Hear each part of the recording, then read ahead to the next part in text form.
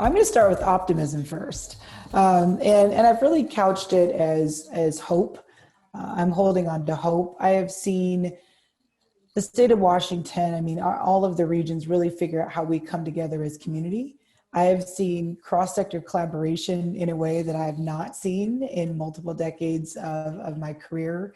And that part gives me hope as education and state agencies and business and nonprofit and families figure out how we serve each other and keep our community stronger. How do we keep businesses open? How do we keep small businesses open? And so I have hope watching people set tables that I haven't seen before, and keep them set and keep inviting people back to sit at those tables and break bread together, virtual tables, of course. In terms of, challenges to our work, I mean, we all know it's decimated, certain portions of our workforce. And as Washington STEM does our work, we do our work through 10 STEM networks, so 10 regions across the state. And as we're working with folks, and we've always been working to say, how do we close gaps? How do we close gaps? And now our networks are saying, like, we have to now identify what these gaps are, what career pathways actually look like now, and now what upskilling looks like for a certain workforce that, that's been impacted. We've mostly focused on early learning through adults, through 26. What do you do for people beyond the age of 26? So, there are definite challenges of identifying what's our future workforce going to look like, and not even just, 10 years from now, but like next year, what does it look like in 2021? I mean, and, there was an article that came out today, and it's talking about the impact on nonprofits, on how we execute our work, how we continue to be funded, and that about a lot of nonprofits saw a 30% reduction in terms of their fundraising. That's how a lot of us operate. And so that's been a unique challenge because we still want to deliver, right? Irrespective of our resources, we have a job to do. I always tell people, we're Avengers, and I am a nerd who Avengers Endgame, this is that moment, and we're all coming together, and what's our superpower? And so we don't want to back off our superpower. In the midst of the pandemic, one example of hope, as we talk about workforce and understanding it, I have a very small data team. They're only 2 people strong, plus a student fellow. And in the midst of the pandemic, they pivoted and they created what's called the COVID-19 impact tool. So people can actually click on the dashboard and they can look by county, and they can disaggregate by types of jobs, by education, by race, by gender, to figure out, like, what are we dealing with? So that helps them move forward. And so in the midst of challenges, I mean, it's a huge challenge because that's not funded work, but we have to do it. And that's what I love, is everybody's still coming to the table with their superpowers to do the hard work that recovery is.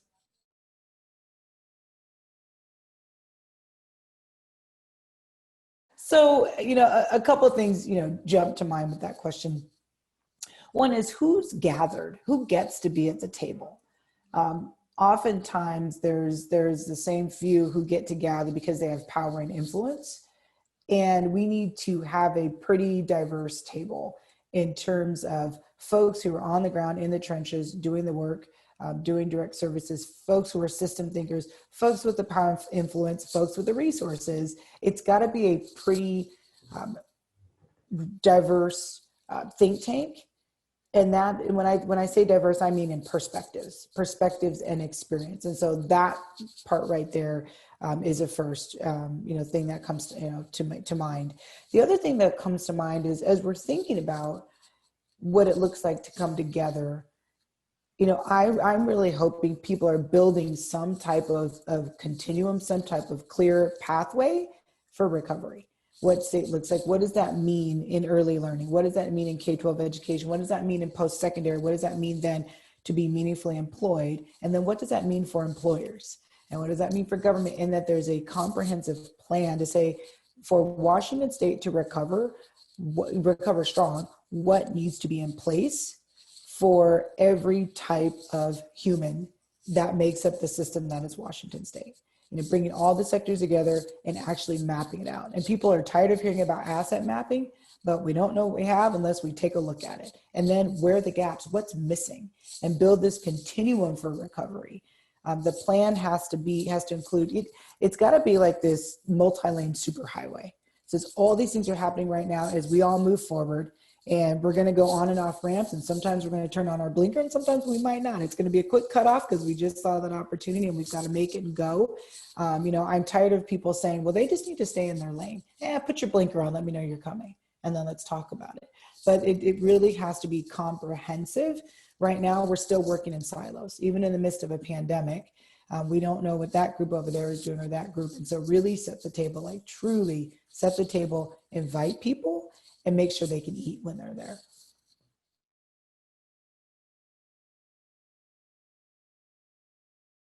It's so much easier for me to start with hope. That's how I'm trying to frame how I think in the midst of this pandemic and a racial reckoning. And what gives me hope is that Washington State, way up here in the Pacific Northwest, we are on the forefront. We are like the trailblazers. We are the pioneers right now as it comes to this vaccine. Whether you're talking about Kaiser Permanente, whether you're talking about University of Washington and all the research that's being done, and even as you think about industry and the fact that we've got giants who are making sure people can still get stuff to their homes, like Amazon. So we are at the forefront of figuring out how we can get back to thriving and not just surviving this pandemic. And that part gives me hope to say, like, that's what's coming out of this state. We're not massive in terms of land mass, but we're doing incredible things, and we have these brilliant minds that are helping not just the state of Washington, but really helping the globe. I mean, this is global work for a global pandemic. And so that gives me a lot of hope in terms of our sciences and our tech sectors. I continue to be concerned about what this means for small businesses, what this means for restaurants, what this means. How do we reskill? How do we ensure people can see career pathways? Like, this is how you get, from A to B. And so I'm not sure what the answer is there, but I know that there are a lot of people, and I've been in a lot of conversations where people are working on that. But how do you help a small business pivot to serving a customer virtually when maybe that's not the model they can even do because of their type of business? So, I look at my local bowling alley down the street, like we can't bowl, well, we can bowl virtually, but that's not what they're set up to do.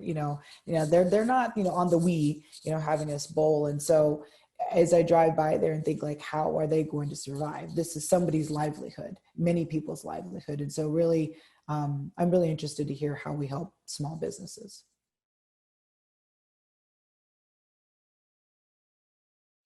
It's, definitely during this pandemic, we've also had we've been in the midst of a racial reckoning. And I'll tell you, I'm almost half a century old, and it's not news to me. The data we're seeing, people talking about inequities and oppression within systems, that's not news. For many of us, that's been what we've dealt with our entire lives. What is good is there are folks who have not had to wake up and go to sleep aware and thinking about that, who are now aware and thinking about it and wanting to champion work. And so that gives me hope as we think about a broader community and, the Black, brown, indigenous folks who've not necessarily been a part of certain tables are being invited to those tables because of the recognition of that. But the how will matter. How you invite and how you execute, as I mentioned before, matters. That you really need to include people at the beginning, not as you're ready to execute, but really being part of creating solutions, co-creating solutions. That's a big part of the Washington STEM model. And so that's both a hope and a concern. I do love that, communities are on the ground coming together to help each other and figure out, who has food insecurity, who has home, housing insecurity, who has job insecurity, and how do we come together, how do we serve, and how do we make sure the people around us are still successful. And you've seen lots of stories of that in the news, because we know people are losing jobs, and we know, we've seen where we have high school students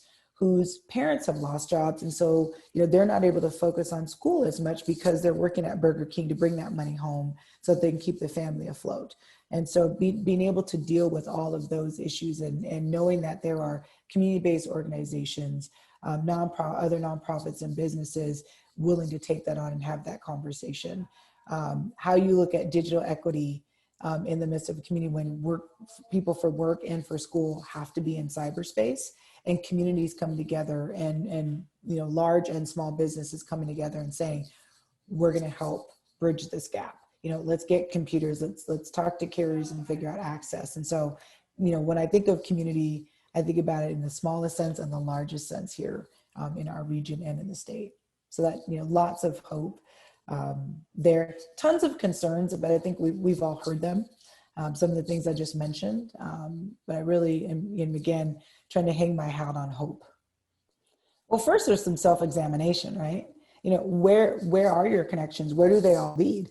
Do they lead to the same giants in your industry? Or do you have cross-sector? Do you have educators in your network? Do you have small businesses? Are you working with community-based organizations? Are you aware of the needs outside of your industry and what you're used to doing? And it's as simple, like, how do you break a silo down? You reach across. You send a quick email, you send a note, and then you follow through. And you follow through, and you follow through, and you follow through, and you build relationships that remain consistent. Everybody knows how to build a network. We do it all the time. What I'm asking is you build a network of people that are different from you and that bring a different perspective, because, one of the things that I know about Washington STEM, we have a lot of things we do really, really well, but we can't do everything. And we focus on workforce, we focus on STEM and career pathways and early learning. We're very specific about what we focus on. So we need other partners. We need our 10 STEM networks who are on the ground providing direct services. And so that's how we build an ecosystem. So examine, what does your ecosystem look like? And is it actually getting after, what we're asking in terms of silos and a stronger web of connectivity, so that we're not duplicating effort? I think we waste a lot of resources, time, effort, and dollars when we're duplicating efforts instead of, sharing in the space and figuring out how we bring our resources and pull them together. I'd say to everybody out there to, stop the scarcity mentality. Our country and our state is resource rich. Let's think about how we allocate those resources to help one another.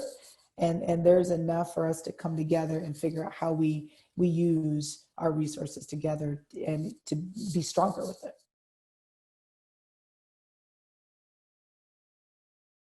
Yeah, I'll be honest, I wasn't sure I wanted to answer this question, because in a time when we still have a sense of urgency in a time of crisis, I don't know that I'm looking for us to be the national leader. I'm looking for us to fix our issues right here at home. And then if people see something as we gain some traction, and people see that, oh, that's working in Seattle, let's try it in Spokane, let's try it in Chicago, let's try it in, DC, great. But I think our focus should be on how we can be the very best Seattle and the very best Washington we can be. And for me, again, that comes down to mapping it out, setting a model that we can follow. What does it look like if we built something first for Seattle and said, these are all the components that we knew had to be in place, with healthcare and with education and with business, with nonprofit, with the legislature, we knew this had to be in place with the city council, whatever. That already in and of itself, as we see success, can provide a model for the other cities in our state that might be much smaller with less capacity, and it won't be identical. And so as a leader, it's what do we show you? And then how do you scale that for your area, for Wenatchee, for Bellingham, for Yakima, for whatever. But I just think it's, instead of focusing on being a national leader, we need to focus on just taking care of home base. And then that will come out of it as we see some really good results, hopefully. That's what will come out of it. I don't look at my work in terms of which side of the aisle. And I never have, and that's the beauty of having been in public education most of my career, and then now in the nonprofit sector, is I don't care which side of the aisle you're on. I need to be able to work with you and work together to figure out how we're going to help the humans that we, say that we serve. And that's the biggest thing to me, is I need all parties, birthday party, whatever party you are, I need all parties to figure out how we work together on behalf of all these humans that we care about. Policymakers, legislators get into this work because they care about their communities, they care about their state, they care about, the people around them. And they found a passion for that, because that can be a thankless job, right? And they do that day in and day out. And so I really go in with the mindset of, here's what I bring to the table. What do you bring to the table? And I know that they have to think about their parties as they're doing their work. I don't have to. I can go forward and just say like, hey, this is the need. Who's got, what we need? And that includes the parties that don't have the strongholds in our state. We really have two parties that have a stronghold, and there's really multiple parties that exist. And so for me, it's just like, what have you got? Because we've got people dying. We've got people with no jobs. We have kids who still don't have computers, with or one-to-one computers, I should say. We have, hundreds of thousands of students who are sharing computers. Right now in my house, my niece is sitting right outside of my office on a meeting. My son is upstairs doing ninth grade, who knows what, probably with his hoodie on and is, off camera, because that's what teenagers do. And I'm down here in my office, and I have this luxury. We have 5 computers in this house, but there are many people who have one or are using a phone to access school. And so how do we make sure that they have what they need? And so for me, I choose, and my team and we choose to not look at it in terms of, in terms of parties. We're really trying to look at it in terms of people who happen to be in certain places, and how do we make that connection and work together. And so I have found that living in, Eastern Washington for 30 years and having gone to, middle school, high school, and then I'm back here again, I don't do my work any differently. It's still like, hey, here's the issue. Who should we talk to? You can always find a common point with someone.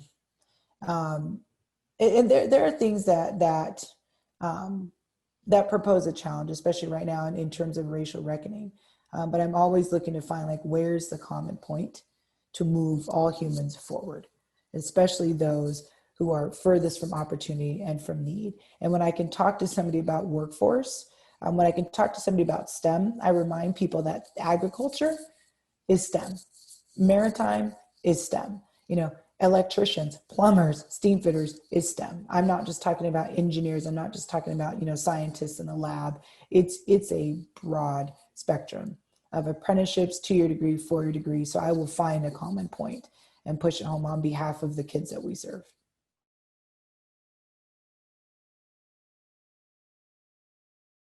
A lot of people I admire are not well known. And so of course I picked someone that everybody would know.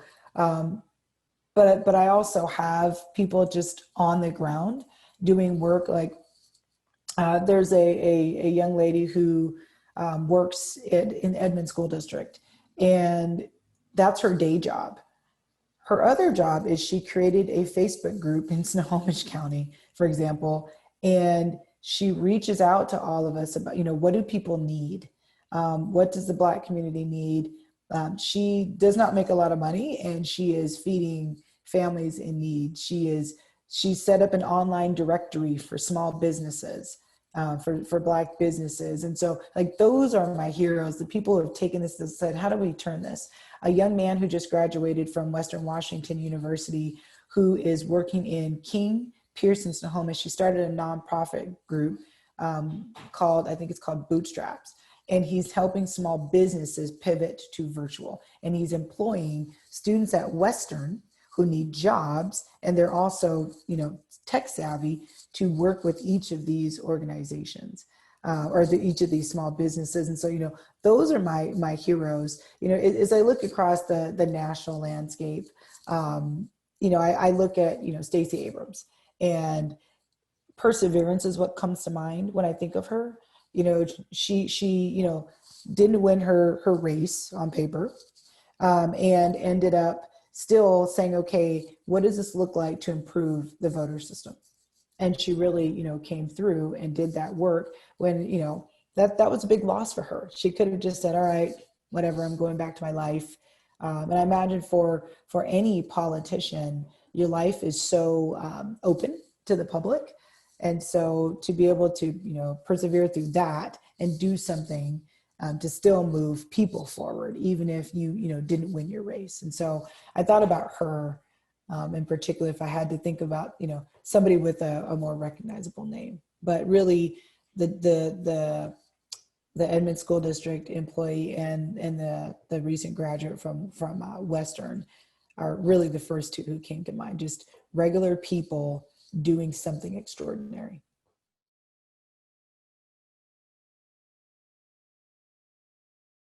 I've honestly been writing.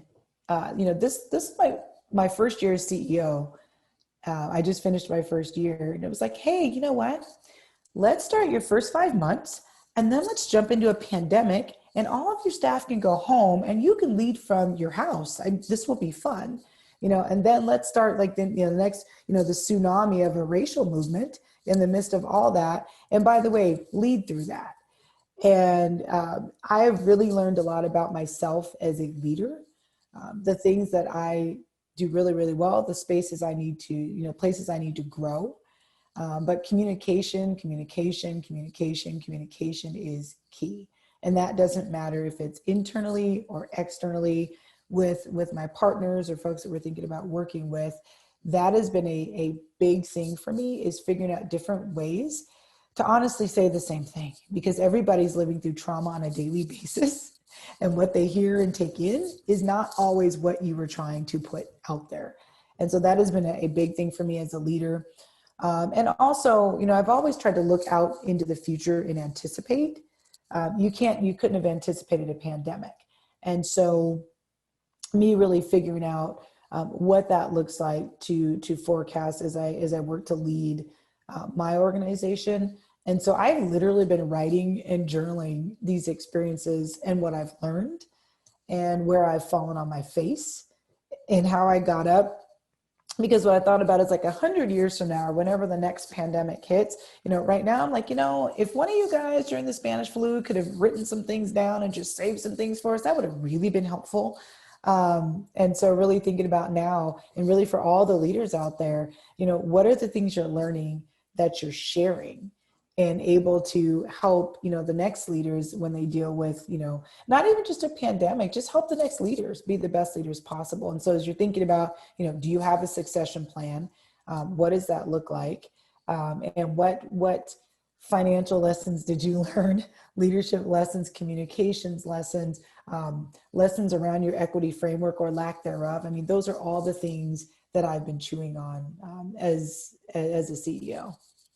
That I was chewing on them before, but not at this level.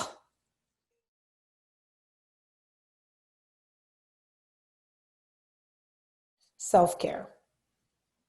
I've learned the hard way what self-care looks like. And when your home becomes your office, self-care and being able to disconnect becomes even harder, as I know all of your participants already know. But being intentional about that self-care and taking time to unplug. And then for those folks, leading, that self-care also means even on the weekends, we have free time, we're going to email. Disconnect as much as you can and figure out what that looks like to exercise, sleep, eat right, and just rest, because, when you get there on Monday, things are already right back up and the pace hasn't changed. And nobody's going to do self-care for you like you do self-care for you. Nobody.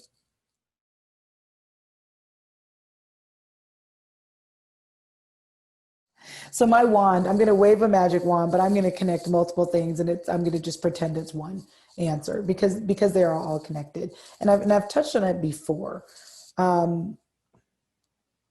We lack a continuum. The education in the state of Washington is not on a continuum. Early learning is separate from K-12. K-12 is separate from higher education. Higher education is separate from employers. And so connecting all three of those, when you look at early learning, that's when that important development starts. But early learning is also important to employers, because those are the folks that provide the childcare that employers need so that their employees can be present and productive. And so going all the way through K-12, where's the handoff to employers? or to post-secondary. Post-secondary, where's the handoff to employers? And then when we hand off to employers, what does it look like for the BIPOC community to be able to go through a process that's not biased? What does it look like to go through a process that doesn't rely on you knowing and understanding the network? There are a lot of things that are inequitable still, because you have to know how to schmooze and do different things, and who knows whose cousins, sisters, aunts, uncle. And that's not a fair process. That's not an equitable process for anyone. And so my wand would connect us through the continuum to an equitable process, for employment, and then to employers who would invest in their communities and invest in their women and their communities of color, whomever, to make sure that they're retaining them and that they understand advancement and promotion. So the short answer is this continuum.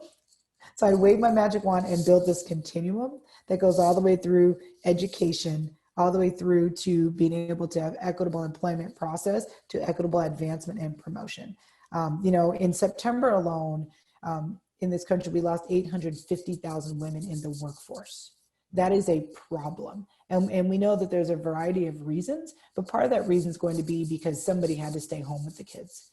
And that's a problem. And so now as women are thinking about, what does advancement promotion look like for me? Well, what does that mean for me if I take this new role, but I've got this child I have to care for, because that's my job in the house.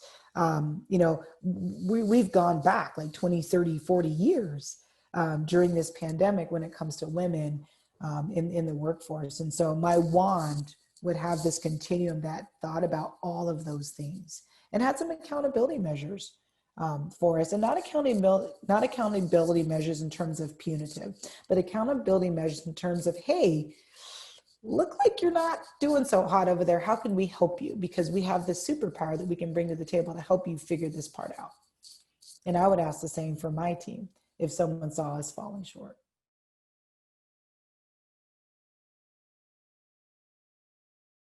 We would have to look at I'd love to say, what's the benchmark in terms of industry, workforce we've lost. Like we know, for example, in early learning that we've lost 30% of our early learning childcare providers. To be able to get that, decrease that number from 30% and get closer, back to having, what we need for families and children and quality care, and I think each sector, we need to look at that, but we can't just look at it by sector. We have to know, like across, that sector that I've already, or that table that I've already mentioned being set, we all need to know what is happening in other sectors and figure out where we intersect. And what I'd like to see is, the next time we have something, huge happen, that we already have these tables. They're already set. They continue to meet. They continue to build and strengthen.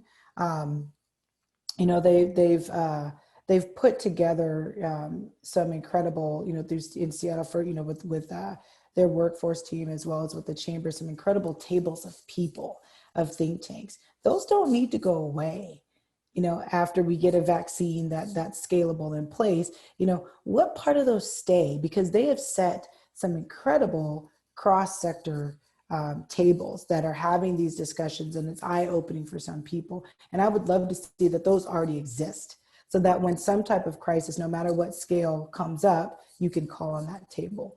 We're working with, we have about 20 nonprofits that meet regularly with Superintendent Reichel with OSPI. We'd love to have that table stay to help and inform and give feedback as he's leading, his team through the pandemic and beyond. And so, not having to reinvent the wheel every time, because those tables continue to exist and those relationships continue to exist. And we can also have a roadmap of, okay, we know what happened to us during the pandemic with our workforce. We have clear pathways, and our kids in our communities know what the job opportunities are in their communities, and they understand what the pathways look like, because right now they don't. And we only have about 40% of our high school students in the state of Washington on track for any kind of credential after high school. And that's not enough if we want to fill our workforce in the state of Washington. So all of those things matter to me, not just one thing. So it's a tough thing to answer. The tables absolutely are the foundation. And then it takes the next step of follow through, follow through. What's your role? What are you raising your hand to do? How are you following through, and who are you taking with you? This is not a space where people need to worry about who gets credit for what. It's a space of like, who's done what, and let's get it done on behalf of the humans we serve, including ourselves. I mean, we're part of this puzzle.